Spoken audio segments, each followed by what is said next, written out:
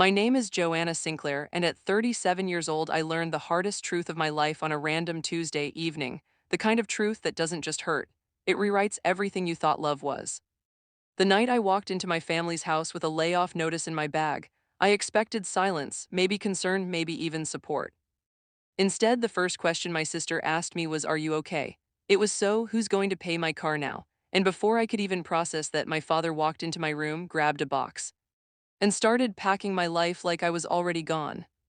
Right there, in front of everyone, like I didn't matter, like I had never mattered. But what none of them knew, what not a single person in that house knew, was that I had already built a way out. And by the time they realized who I was already gone. Before I take you back to that night, hit like, subscribe, and tell me in the comments where you're watching from.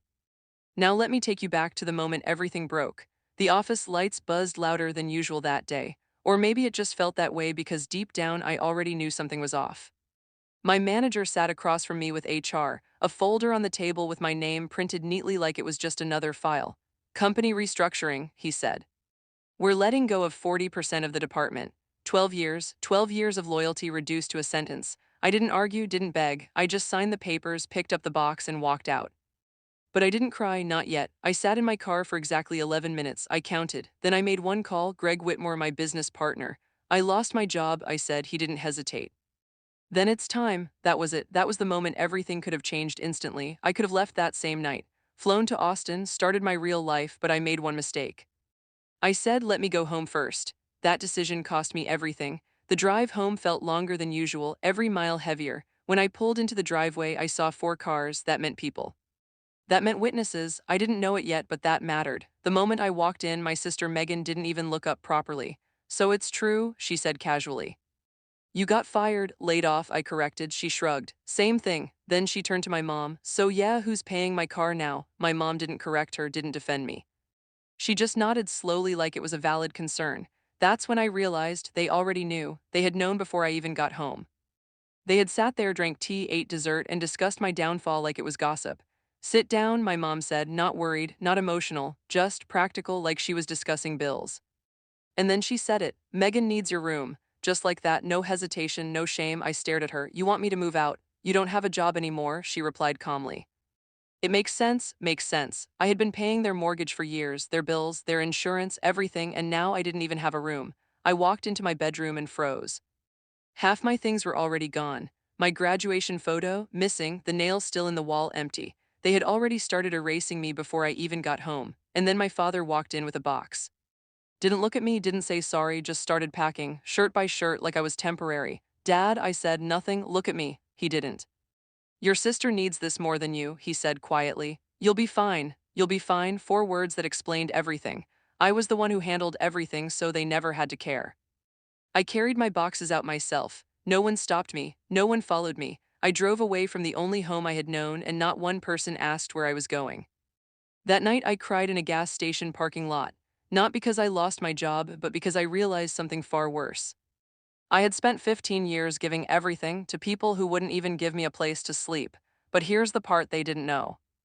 2 years before that night, I had already started building something of my own, quietly, without telling anyone, because no one ever asked. A company, Sinclair and Whitmore Financial Advisory.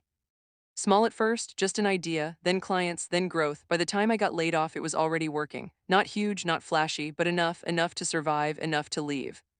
And that's exactly what I did. I moved to Austin, started fresh. For the first time in my life, my money stayed with me, but here's the crazy part: I still kept paying their bills, the mortgage, the insurance, the car, every month, even after they kicked me out.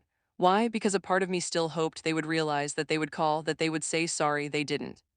16 days later, the first call came. "Megan, hey, can you send money for my car?" That was it. No, "How are you?" No, "Where are you?" Just money. That's when something inside me finally broke, or maybe finally woke up. That night, I wrote an email, professional, clean, final 30-day notice. I was done paying everything. No anger, no drama. Just boundaries, and when I hit send, I didn't feel guilty, I felt free. The next morning, chaos, calls, messages, accusations. "You're selfish, you abandoned us." Not one message asking if I was okay, not one. That's when I understood something important: they didn't miss me, they missed what I provided. And there's a difference. Weeks passed. Life changed, my business grew, my peace returned, and then they found out the truth about my company, about everything, and they came to my grand opening. Uninvited, my mother walked in like she owned the place. Why didn't you tell us? She demanded. I looked at her and said calmly, you packed my things before I even got home. Silence filled the room, and for the first time they had nothing to say. My father stepped forward. I'm sorry, two simple words, late but real. And in that moment I realized something. I didn't need revenge, I didn't need validation, I just needed peace. Today I run my company, I live my life. I set boundaries, and for the first time I'm not fine, I'm free. If you're the one holding everything together while no one notices, hear this carefully, you are allowed to stop.